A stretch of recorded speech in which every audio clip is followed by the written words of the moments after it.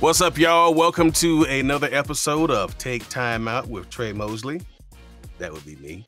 And today we have a young lady who is nestled, we'll say, in the Pacific Northwest. But don't let that fool you. Her voice is heard nationally, internationally. Promos, commercial narration, you name it. Matter of fact, take a listen to this. Outside you goes feet first, takes the hard route, gets up before the sun, and saves the best for last. Discover the outside version of yourself at REI. So, run that by me again. Right. Low rates. Customized coverage, got it. Crunchy serpents. Right. Customer service. That makes a lot more sense. Sorry. Still working on my emu. Ernest Hemingway wrote The Old Man and the Sea. Next Tuesday, investigating the death of a teenager leads to an unsuspected killer. I will not stop until you go down.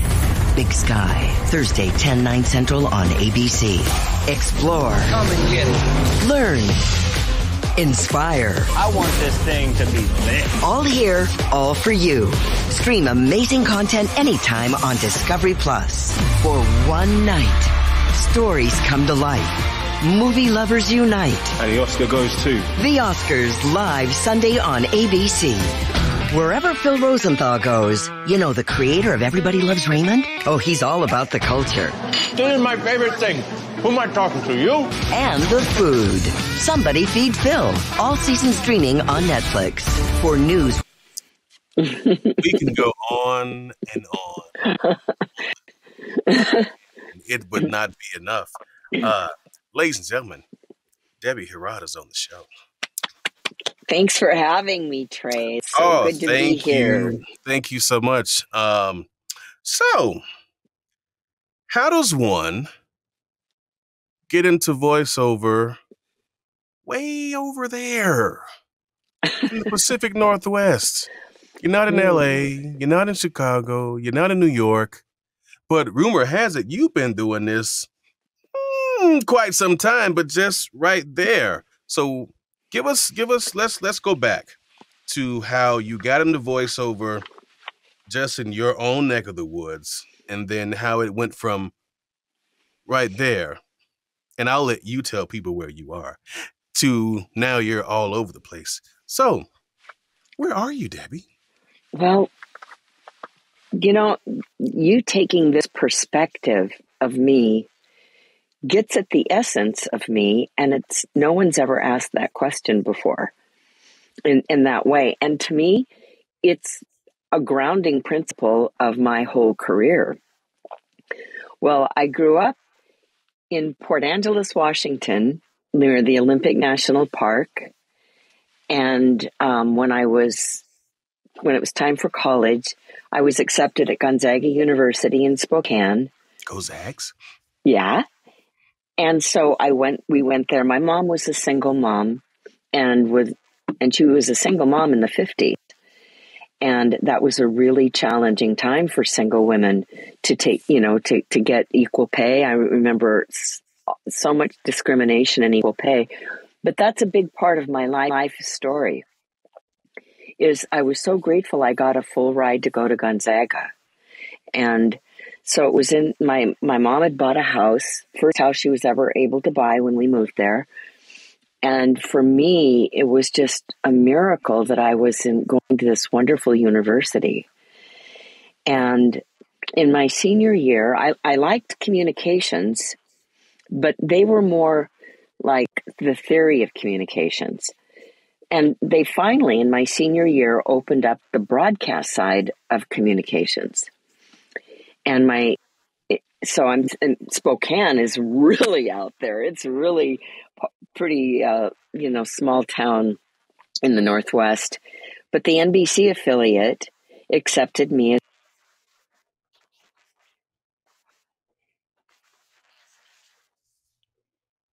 I didn't really have my eye on a career in voiceover I really needed a job. I was working 3 other jobs. My mom's single mom, and I had to pay for books and things. So I went there, and I went as an intern. 3 weeks into my internship, a woman quit, and my boss offered me her job.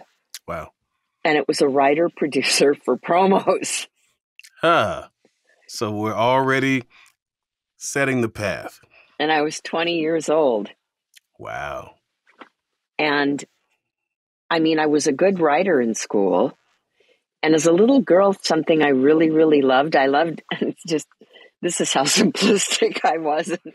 I loved having pictures and voice and music telling a story together. As a little girl, I mean, I did the best I could by and that's really producing. Mm-hmm. So I used to get really good grades in English and in writing. So writing came easy to me. I had no experience in producing, none at all. And they showed me a little bit, and I wrote some things, and then I had to get the all-male staff to record. They were, the staff announcers were all men. And the person that I replaced, they actually hated her. Wow. The entire male staff. Was it because she was a woman? Yes, and a particular kind of personality.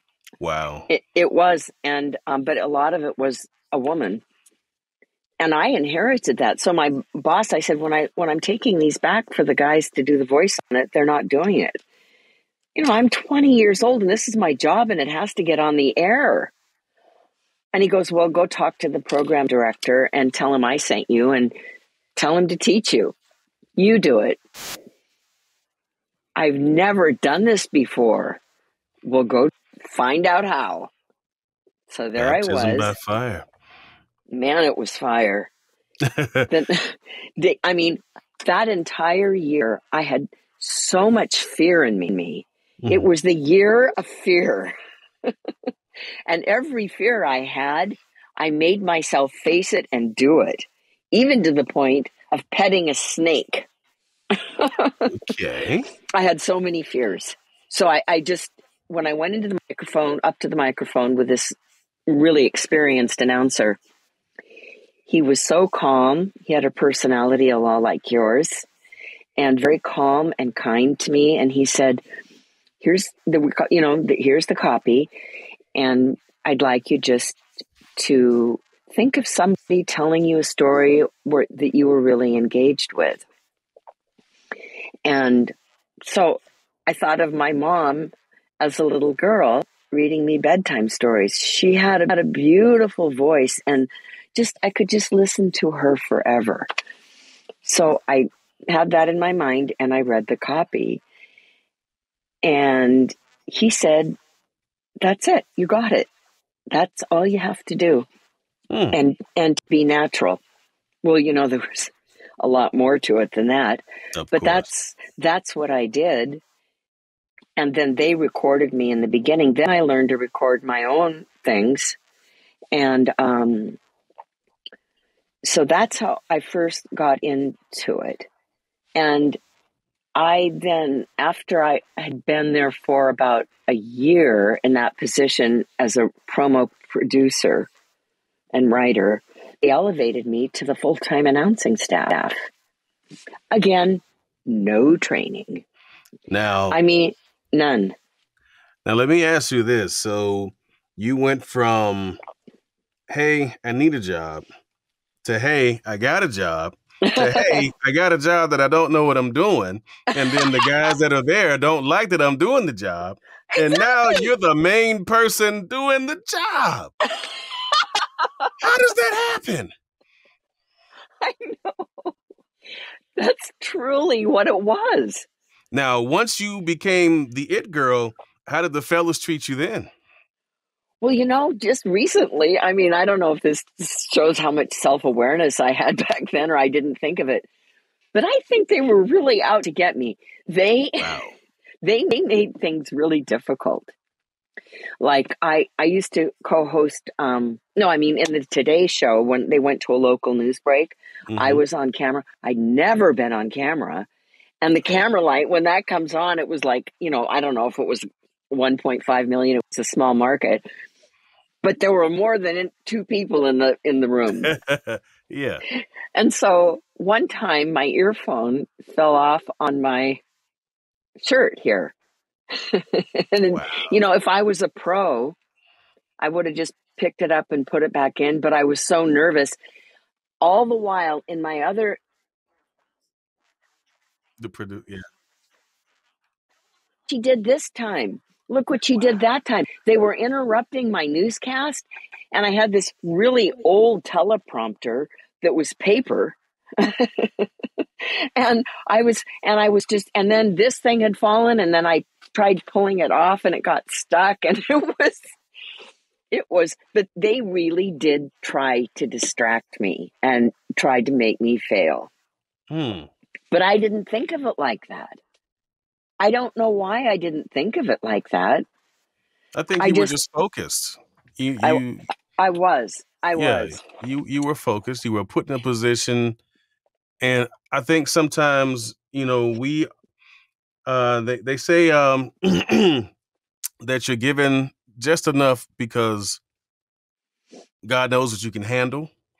And that's right. It's like, you know what, you got this, and right, you put Trey. yourself in a position to show them, well, I'll show y'all what I got, and I think over time, I don't know, this will be something you would know. Did they start to accept you, or was it still friction? And how long were you at that station? I was at the station 3.5 years, so I made it, and it. But then here came the next thing, the next real objection I had to overcome. They put me, because they had an AM and FM station and a TV station. They put me in a really weird time of day. I'm in my 20s, like started at 20. I went till I was 23 at that station. And I couldn't handle it. I had no social life. I was by myself, kind of like what we experience now as independent VO artists. We're really isolated. I was isolated in a TV station. And it was really not a good fit. And I just said, I can't physically, my circadian rhythm just cannot do this. Like, I think I went in at 3:00 and I got off at some weird hour in the morning. And I said, I can't do it. I have to have a different place and time to be working. So they didn't find one for me. They didn't say like the answer's no. But meanwhile, I went and I thought, well, I'm going to go back to college and get my master's and PhD in communications originally like where I was headed. And I got accepted. And so I told them, well, I applied and I got accepted, and I could make more money doing retail cosmetics at a department store. So I said, I have to quit because I got to make money for school. Yeah. And so I quit, and I went to, it was the Bon Marché at the time. I hated the job. I hated it.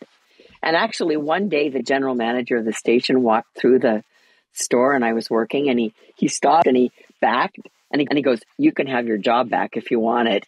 What? He did. And so, but here, meanwhile, I'm praying, Lord, I'm doing my best, my absolute best with everything I know. I mean, I really need some help down here. This was the honest prayer. I got to have you. Something has to come out of the clear blue sky to give me direction, because otherwise I'm going to get my master's and PhD. Literally.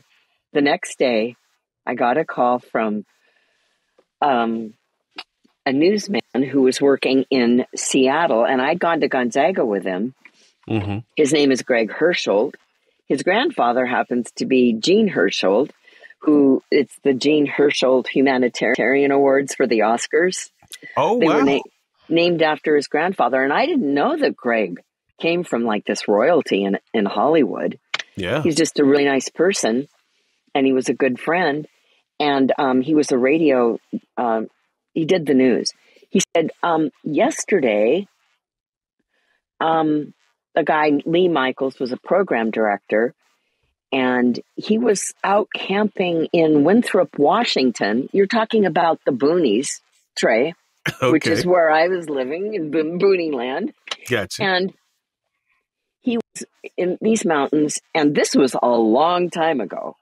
So he said, he heard your last newscast, and he wants to hire you as a news director for KISW. Well, look at that. I know. And I went, okay, God, if that's what you want me to do. So I don't even think I had flown on a plane before. And so they, flew me over for the interview, and I got the job. I knew nothing about being a news director, but I did do some things I knew how to write, and I knew how to write stories. So I was lined up with a really great mentor. His name was Terry McDonald, and he was really helpful to me, and he was the main engineer of the show. And then I did morning drive, and then I had a full 6-hour board shift on Sunday. I'd never done that before, like queuing up records and everything. Wow. I'd never done that, and I was always so nervous. And again, they just threw me in there and threw me on the air, and that worked for about another 3 years. And I ended up leaving for different reasons. My mom needed my help back in Spokane, but I was then living in Seattle, which to me was big city. Oh yeah. But really, in the world of entertainment, they think of Seattle as like Alaska or somewhere just so remote, like you're not part of the mainstream at all. Relied on my faith in God, and he really, really helped me. So I went back to Spokane, and I really didn't want to, but I had to help my mom. So I went back, and then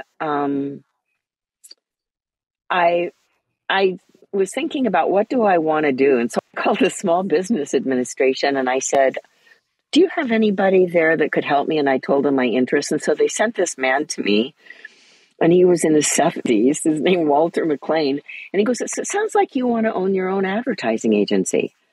I said, it does? Okay. And he said, well, I've got 3 really young guys. They're real creative, and they would probably he says, I'll recommend you to go on as an intern. So I went to this advertising agency, and I loved advertising.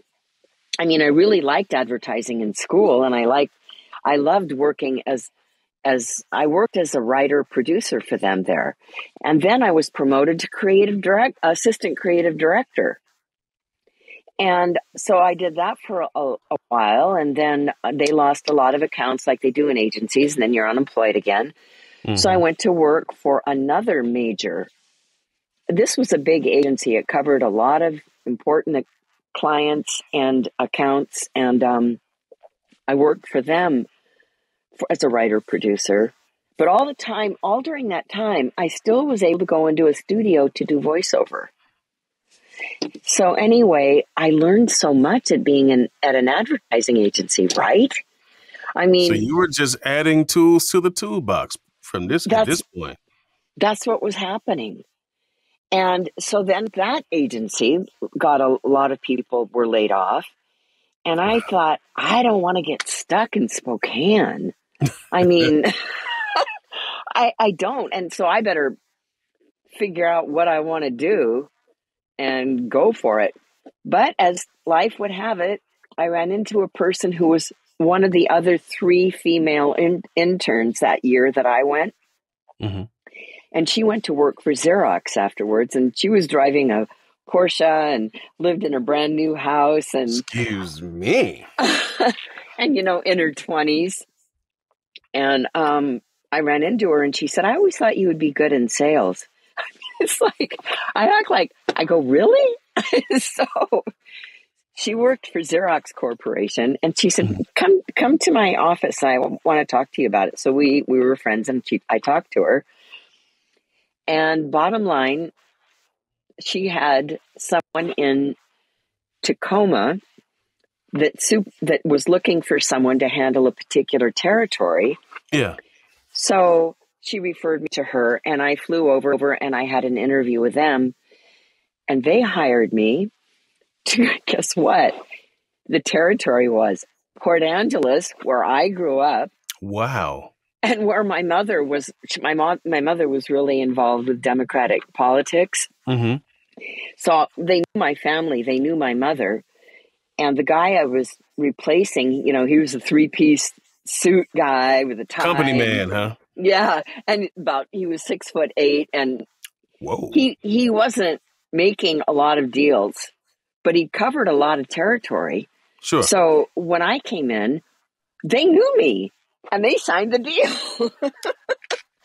He had set up unknowingly. There were all these accounts set up, ready to close. So I came in and I closed them 417% over budget. What? 500% over budget every month in this huge Clallam and Jefferson County territory. So I got to ask, did you get a Porsche? I mean, if you out here doing it like that. Yeah, a Mercedes. Oh, excuse me. Let's go. You're going to do it. Do it right. Okay. And you know what? And Xerox is an international company, and I loved it. It was so diverse. They hired a lot of football players there. Mm-hmm. And there was this is in the 80s, and diversity wasn't a big thing, but I loved diversity, and I just loved working there. But some of their practices I didn't find I had to make a decision. Do I want to stay here with this, and this is going to be my career? What do I really want to do? So I humbly went back to on camera and voiceover. Mm-hmm. And I went out on a leap. That's all I was going to do. So that's when you made the jump. Back into, but during that time, and that 7-8 years, I really got a lot of skills. I got a lot of skills with advertising and writing and producing and working in a radio station as a news director. And I will say I tripled ratings because when I went back to Spokane, the people that knew me there, they go, well, let's see how she did in the ratings. And he said, well, you tripled them because they went back when you were gone. It went back. Wow. We have a word for that, us younger folk. We call that a flex. That's when you show your muscles, and you're flexing right now, Debbie. You're flexing right now. So let's regroup. Let's recap. Yeah. So Port Angeles' own goes off, pisses a few suits off at the station, and you say, I'll show you. And then you show them, but then you say, you know what? I'm young and I want to do young people stuff, so I'm out of here. Then someone else says, but I think we could use you. And they keep pulling me back in. So they pull you back in. And then you get pulled away again. And you do sales. And you get your benzo. And then you're like, you know what? It's pulling me back in. So now, you stare at the abyss, and you close your eyes, and you take the leap full time. Take us from there. Well, okay.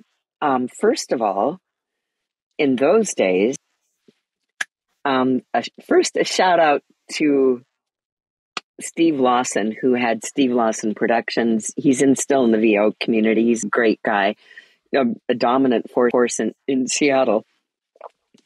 Here's one of the first things that happened, though. It was a rainy day in Seattle. I was at Tower Records. Looking at the Frank Sinatra albums. And across on the other side, someone went, Debbie? And I looked up and it was a person named Dick Korsinski. I said, Dick? And he was a first director. He was my age. He went to Washington State University and he was a director at the TV station. And I run into him in a record store. And now he's the GM of the ABC affiliate. What? And he goes, are you still doing voice work and on camera stuff? I said, I just made a decision to go in full time. And I said, but I'm not sure what. He goes, what to do? He goes, well, you got your reels. You know, reels is what it was. It wasn't cassette. It was reels. I understand. Take all your reels to Steve Lawson. He'll put together a demo for you. And then he has a list of people that you can take the demo to. I said, really? And he goes, yeah. So I did that. And then he said, and let me have a copy of your demo. So I went and did that. And the first person on the list, it was Allied Stores, which was the Bon Marché. And I booked a mattress commercial, an on-camera mattress commercial. I was pulling sheets off of stacks of king beds. Kings, queens, double, and twin. $21.99.99. and so that was the first thing I did. And then he started hiring me more and more. I worked really well with this director. Mm-hmm. And so then he said to me, and by the way, my maiden name was Dewar, like the Scotch, Dewar. Dewar? My name was Debbie Dewar. I mean, how apropos is that? Because you are, and you have been, and you continue to do, because you're a doer. Okay. You can't make this is a Hollywood story. But please, continue. No. It's so easy to talk to you. Yeah, so he said, well, Dewar, we're going to hire a full-time spokesperson. I just want you to know we're looking in New York and LA, but I'll give you a shot. And I said, oh, thank you, Bob. And I, kind of laughed because he was a good friend and really liked, and whatever was to be would be. I ended up getting hired. And it was all these focus groups. They do, because it was really coming out of New York. Mm-hmm. Every single retail ad I did was measured for sales. So they hired me, and I was in that position for 7 years. And I also wrote and produced for them, and I did all their radio, all their industrial, and all of their TV, and at double scale. What? I had an agent. She wouldn't let me this was back then. She wouldn't let me go into a studio for anything for under $1,000. And she said, everything is double scale. So bless her, wherever she is. I know now. she is. And she will see this because I will tell her about it. One of the best agents I've ever had. And that's what everybody who was represented by her has said. So I was doing really well, but there was a big, gap during my day when we weren't filming or things. So I had sold 4 copiers to a commercial real estate company. And when the guy from that company called me and he goes, I really want to hire you. Would you like, I want to hire you. I said, well, I could only do it part-time. And he goes, okay. Well, so I went there and I worked, and I was a runner for I was a runner for this up-and-coming real estate agent who became my husband. Oh, now we get into it. I was trying to build that up to how that happened, but you've already set the table. So, continue. So we worked really well together. I mean, it was just a matter of professional working. Mm-hmm. And we worked really well together, and I could still do my stuff. But then a time came when I was going to leave, and I left the company. And so then later on, he asked me for a date, and then now we've been married almost 40 years. Happily married. Where do you go from there? I know. Well, 2 little babies came later. But I could always, and my mom was so nice, she helped me with the kids, so I could run into the studio and record and come back home and be a full-time mom. It was the perfect job for me, and I just loved it. And in those, days, there weren't really a lot of women on the air, so a lot of different kinds of work came to me, and they weren't anything I studied. There wasn't, we didn't have these workout groups. There were no workout groups. There was no internet. So I just had to take the copy and do the best that I could for their things, and I continued to get hired. So I'm going to bring this in to make it more current for today. I've always done voiceover ever since I left, and I said I'm going to do that full time. Raising my kids was my first priority, and I got very involved with schools and fundraising for schools. And I actually even founded a middle school, an independent middle school. And I was still doing voiceover. And then I remember Microsoft broke the union in the Seattle market. And all of these national companies that were located in Seattle were hiring non-union. And back then, I had to be working to stay current. I didn't have a booth where I could come down and practice or go to a workout group. I had to be doing the work. So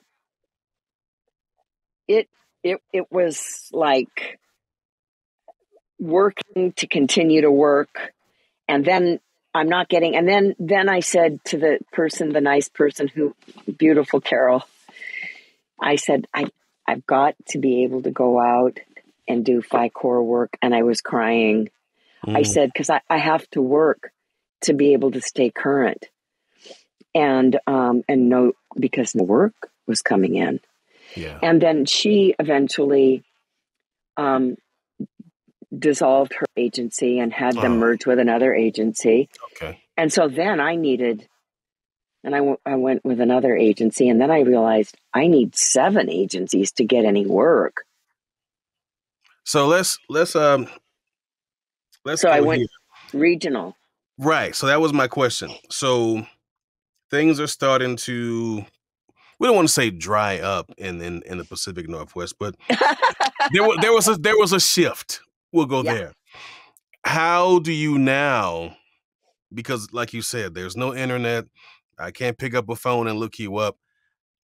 How are you marketing yourself with the help of your agent? How are you getting the name Debbe, well, no longer doer, Hirata, out there? How are people getting to know who you are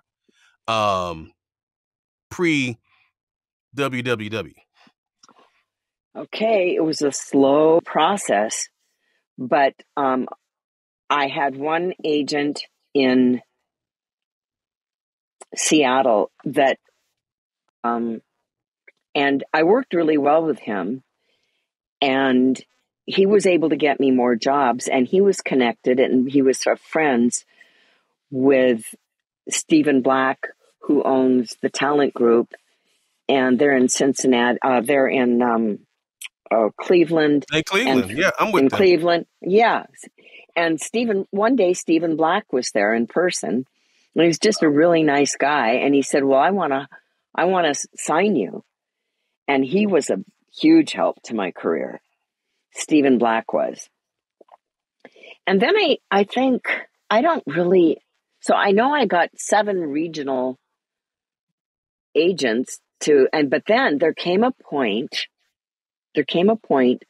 where I was spending more money than I was bringing in, and it was not a sustainable business because you have to get, and I almost left the business in 2008, my mom passed away. Mm.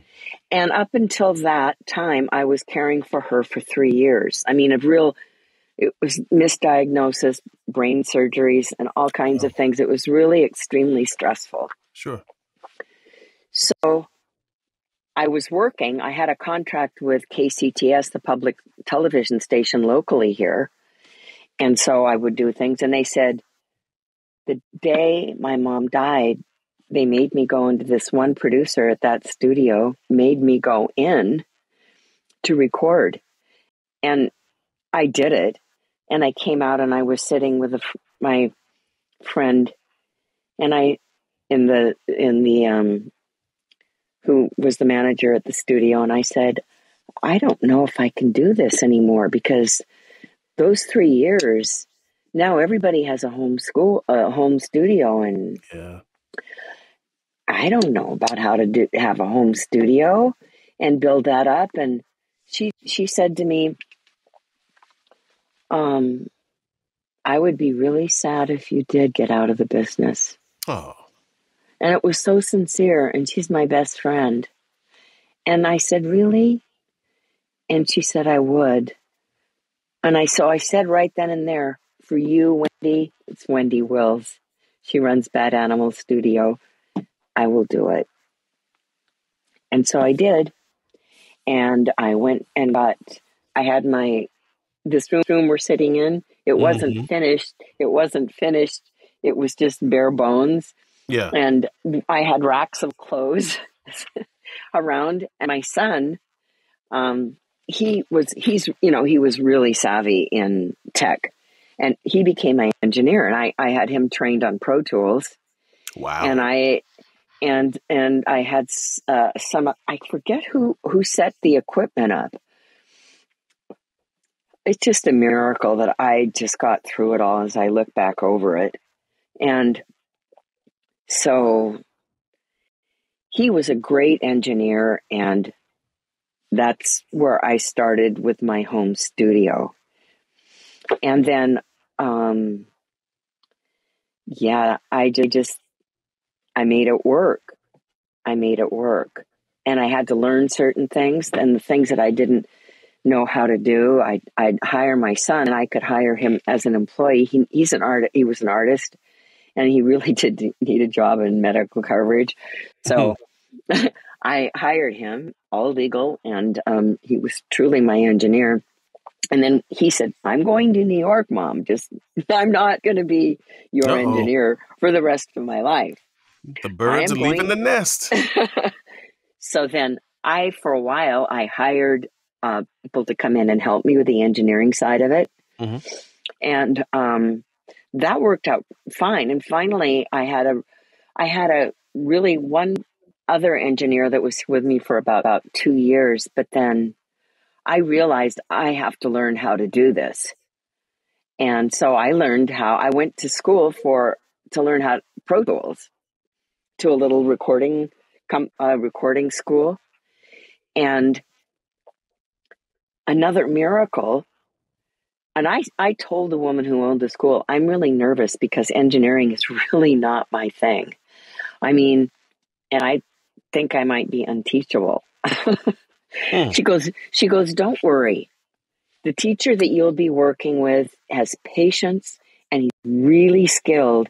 And even if you're the only person in class, I promise you will learn what you need to learn. And I said, thank you.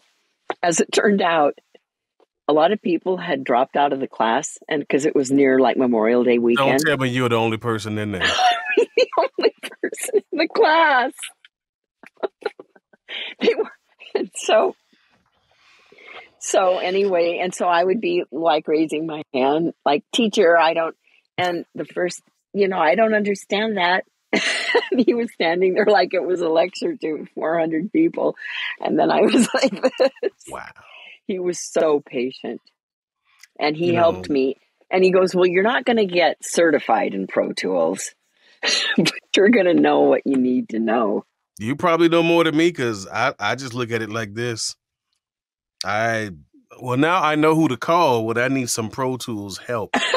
So I will send you the invoice. So we're about to wrap up shortly.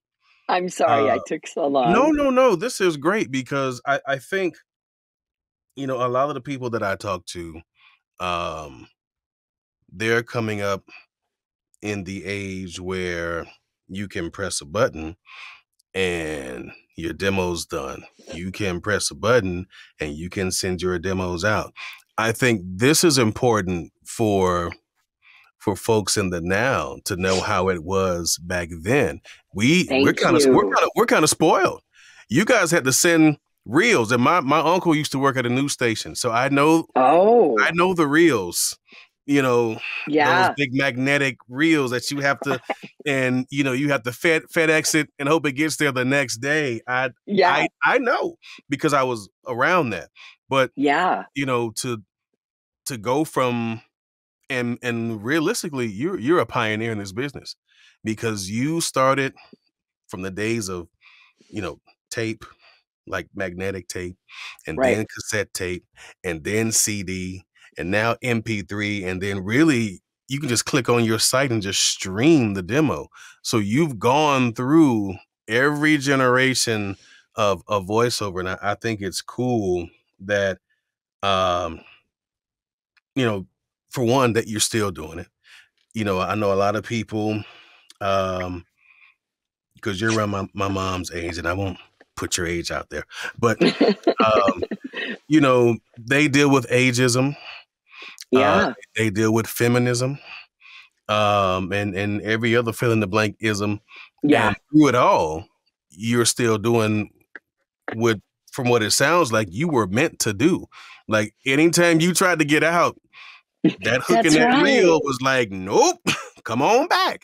So I just want to say that you are a true testament to our industry, with resilience and perseverance, and some things are just meant to be.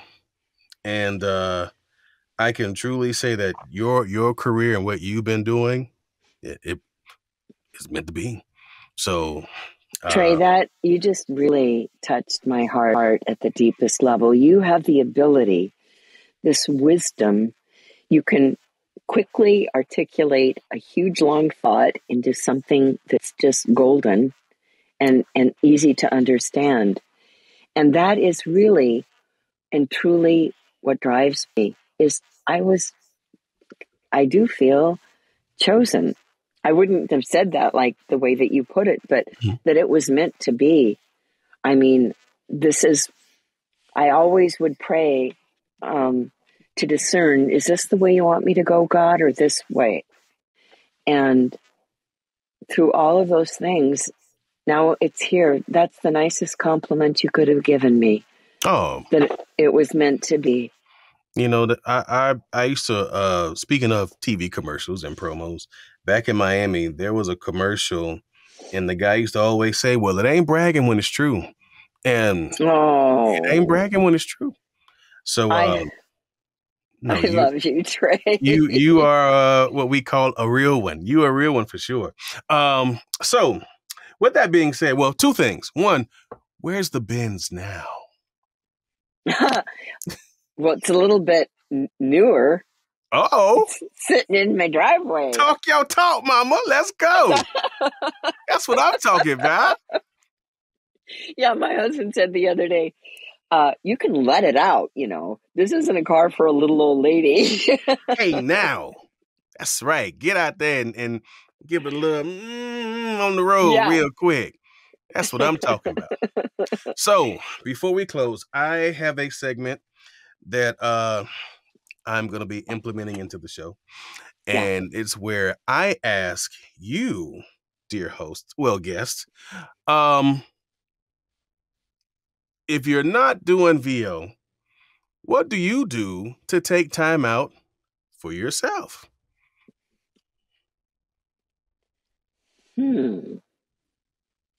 Well, one thing I love is a clean, orderly home and space. Oh, well, so you can't come in my studio then. Well, that's why Well, mine gets all messy, but then I always like to clean house, and it's really therapeutic for me. And then after that's in order, Mm-hmm. I go for walks in this little neck of the woods. There's a beautiful park, and we're like 6 blocks from the Puget Sound, and Oh, so I go for long walks there and on Alki, and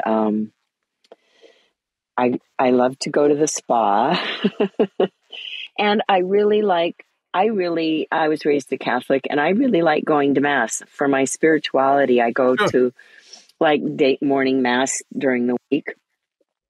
I really love that.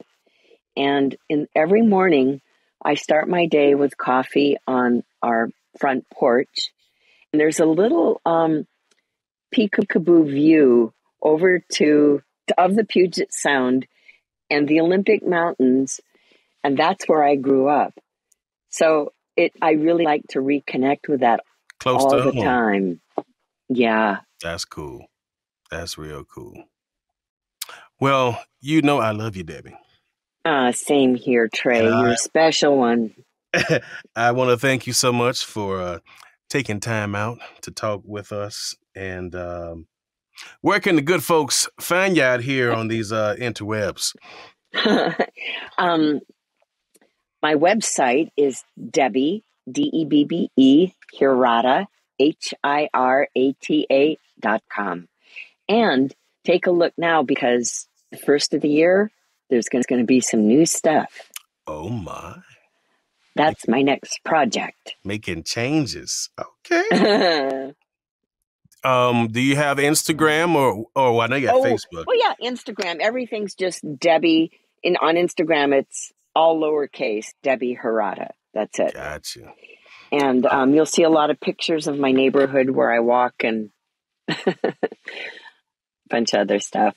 And word on the street is someone's about to be a first-time Grammy. I'm glad you said Grammy instead of Granny. No. How does that feel? Oh my gosh. We are so excited. My daughter's having her first baby. It's a little girl, and her due date is November 15th. Really? So yes, the clock is a-ticking. It is. Cool. Very, very cool. So I just am really excited about that. As you should. Just in time for the holidays, too. I know. Oh, she's going to be spoiled by New Year's. I can already tell. Poor girl. Poor girl.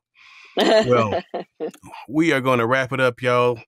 Again, thanks to one of the true pioneers of our business, the great and talented Miss Debbie Hirata. Tre Mosley, you honor me, and you've made my day. Oh. And you put a cherry on top of my career.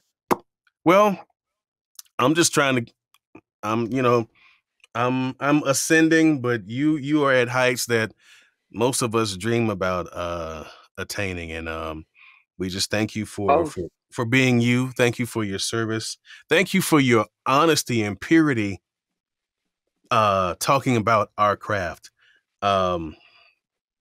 We as voice actors, we stay behind the curtain so much that I just thank you for, stepping out for a moment and telling your story. What would you like to say to any aspiring young ladies who may be dealing with some of the things you've dealt with, because it hasn't really gone away? What would you say to them? If you're following your heart and it's something you really want to do, never, ever, ever give up. And that will create a grit within you that will take you right where you are meant to be. I think we can end it right there, yo. Yeah. Thanks for watching Take Time Out with Tre Mosley. That's Debbie Hirata. Thanks, Trey. We are gone.